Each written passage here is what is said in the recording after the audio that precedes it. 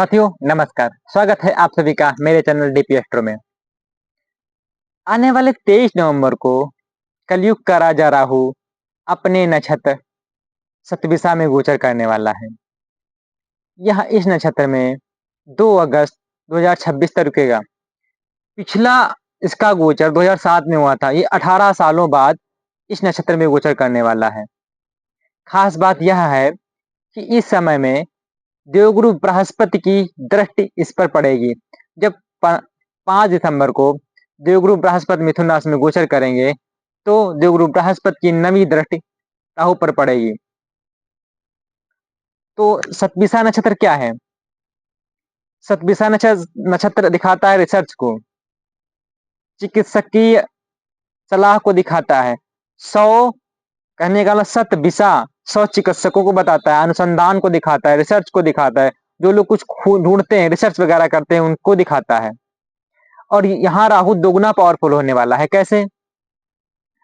शनिवत राहु, शास्त्रों में बताया गया शनिवत राहु, तो यह शनि की तरह ही फल देता है। कहने का मतलब शनि जिस प्रकार से फल देता है वह यह शनि की कार्यशैली को ग्रहण करता है, लेकिन इसका फल देने का तरीका अचानक है। शनि धीरे धीरे फल देता है, शनि धीरे धीरे फल देता है, लेकिन राहु अचानक चीजें करवाता है, अचानक फल देता है, लेकिन प्रभाव शनि का ही रहता है। जैसे कुजवत केतु शनिवत राहु, जो है केतु मंगल के प्रभाव के तरीके फल देता है और राहु जो है शनि के प्रभाव तरीके फल देता है, शनि का प्रभाव ग्रहण करता है। तो यहाँ शनि की राशि में है, अपने नक्षत्र में है, तो दोगुना पावरफुल होगा। तो यहाँ पर दोगुना पावरफुल हो जाएगा। और 18 सालों बाद इसका गोचर होता है। एक राउंड लगाने के लिए 18 साल लेता है। ये एक भचक्र 18 साल में पूरा करता है। तो यहाँ पर ही 18 सालों में आया है। इसका मतलब कुछ खास है। देवगुरु बृहस्पति की भी दृष्टि है, तो कुछ खास होने वाला है। तो जानते हैं मेष राशि के जातकों के लिए क्या होने वाला है इस समय में।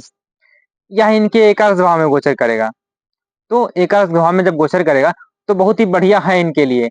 हालांकि 7.5 चल रही है, मानसिक अशांति है, लेकिन 7.5 का पहला चरण तरक्की को देकर जाता है। कहने का मतलब है कुछ अच्छा करवाता है। 7.5 का पहला चरण मेहनत करवाता है, मानसिक अशांति के साथ मेहनत करवाता है और आपके लिए कुछ अच्छा बनाता है, कुछ नए डिसीजन दिलवाता है। इस समय में लिए गए डिसीजन आपकी लाइफ को चेंज करने वाले होंगे। इस समय में कुछ नया डिसीजन आप लेंगे। देखिए यहाँ पर आपका 10वां भाव एक्टिवेट होगा क्योंकि शनि की राशि है। देखिए यहाँ पर शनि की राशि एक्टिवेट होंगे। राहु का फल देने का तरीका स्वतंत्र नहीं है। कहने का मतलब ये स्वतंत्र फल नहीं देता है। जिस ग्रह के नक्षत्र में होता है उसका रूप ग्रहण करता है, जिस ग्रह की राशि में होता है उसका रूप ग्रहण करता है। तो ये शनि की राशि में है, अपने नक्षत्र में है, तो दोगुना तिगुना पावरफुल हो जाएगा। अब यहाँ पर देखिए जो शनि की दोनों राशियां वो एक्टिवेट होंगी। राहु जहां बैठा है वो एक्टिवेट होगा और शनि जहां बैठा है वो चीज एक्टिवेट होगी। तो यहाँ पर आपका 10वां भाव एक्टिवेट होगा, आपका 11वां भाव एक्टिवेट होगा, आपका 12वां भाव एक्टिवेट होगा। अब 11वां भाव से क्या देखा जाता है?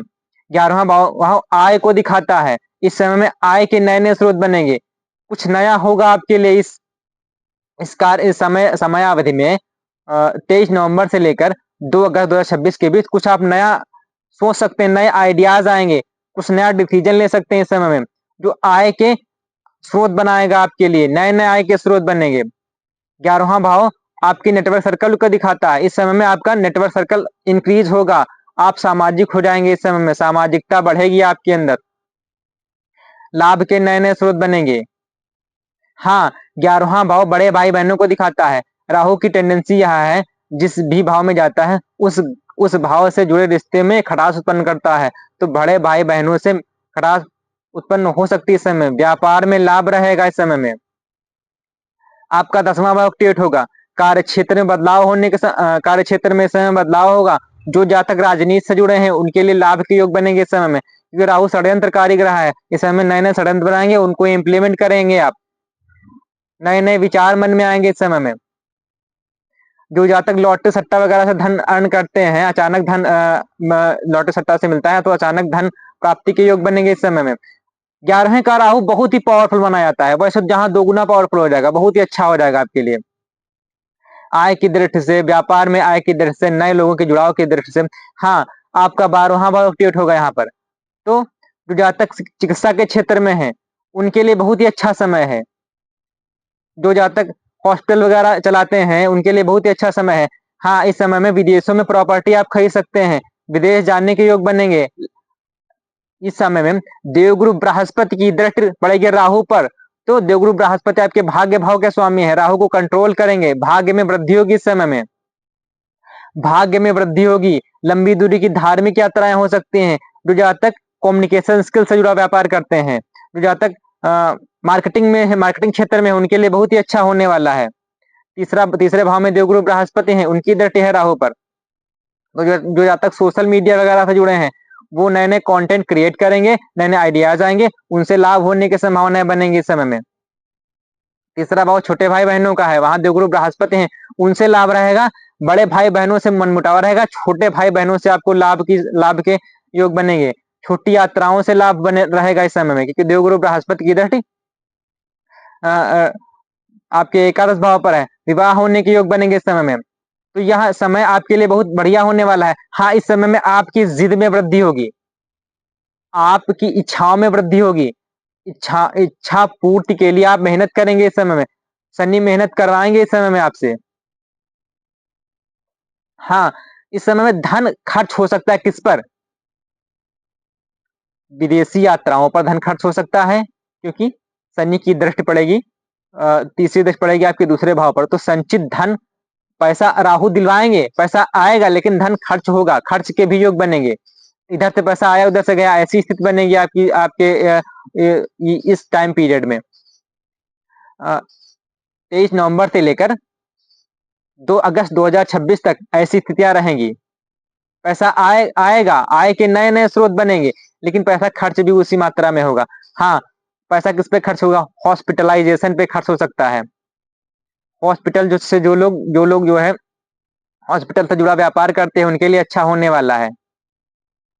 जो लोग विदेशों में प्रॉपर्टी खरीदना चाहते हैं, उनके लिए अच्छा होने वाला है। जो विदेश जाकर जो लोग प्रवास करना चाहते हैं, जाना चाहते हैं, वहीं सेटलमेंट करना चाहते हैं, उनके लिए अच्छा होने वाला है, लाभ रहेगा।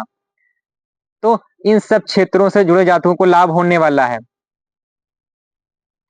10वां भाव आपके कार्यक्षेत्र का, वो भी एक्टिवेट होगा, कार्यक्षेत्र में बदलाव होगा, नया कार्यक्षेत्र आप सोचेंगे, नया कार्यक्षेत्र के लिए चयन करेंगे, और उसमें तरक्की होने की संभावना, तरक्की क्या, उसमें अच्छे होने के योग बनेंगे, आपके कार्यक्षेत्र के लिए बदलाव के संकेत दिखते हैं इस समय में, कार्यक्षेत्र में बदलाव होगा। तो यह सब घटनाएं होने ही वाली हैं। आपका 10वां 11वां 12वां भाव, 3 भाव एक्टिवेट हो जाएंगे, देवगुरु बृहस्पति की भी दृष्टि पड़ेगी, कहीं ना कहीं तीसरा भाव का साथ मिलेगा आपको, तीसरे भाव के कारकत्वों का साथ मिलेगा आपको। तो ये सब घटनाएं होने ही वाली हैं। तो वीडियो कैसा लगा कमेंट करें, चैनल को सब्सक्राइब करें, वीडियो को लाइक करें, वीडियो देखने के लिए धन्यवाद।